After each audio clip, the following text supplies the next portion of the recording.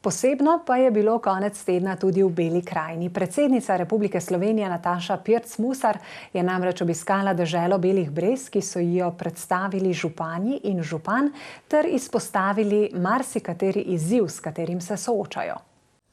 Obiskala je vse 3 občine, povsod pa jo je pričakal topel sprejem. Ta vaša dobrodošlica s pogačo, že 4 različne vrste te vaše belokranjske pogače sem poskusila. Še najmanj prijetna pa je bila pot do Bele krajine. Sem seveda začutila tisto vašo stisko glede slabe povezanosti z prestolnico, ampak kraji so prečudoviti. Jaz mislim, da ima Bela krajina en ogromen potencial, ki ga ima v ljudeh, ki ga ima v delovnih županih. Ki so se s predsednico pogovorili tudi o izzivih, z večjim se sooča podjetje Adria Dom.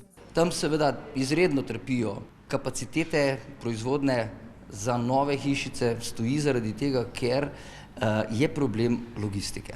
In tu pač zgubljamo zopet Belokranjci, ker smo talci naših postopkov. Vsi ukrepi države, ko se govori o skladnem regionalnem razvoju, grejo prav v nasprotno smer, govorimo o centralizaciji Slovenije in prav to smo želeli predsednici sporočiti, da pomisli na Belo krajino takrat, ko se govori o dodatnih spodbudah. Tretja razvojna os, čimprejšen začetek, potem železniška povezava, ki je res slaba Bele krajine z preostalo Slovenijo in jo želimo obnoviti. Pa seveda naša romska problematika, naša podhranjenost s kadri. Predsednica je ob obisku poudarila, da si vsaka regija zasluži pozornost in razvoj.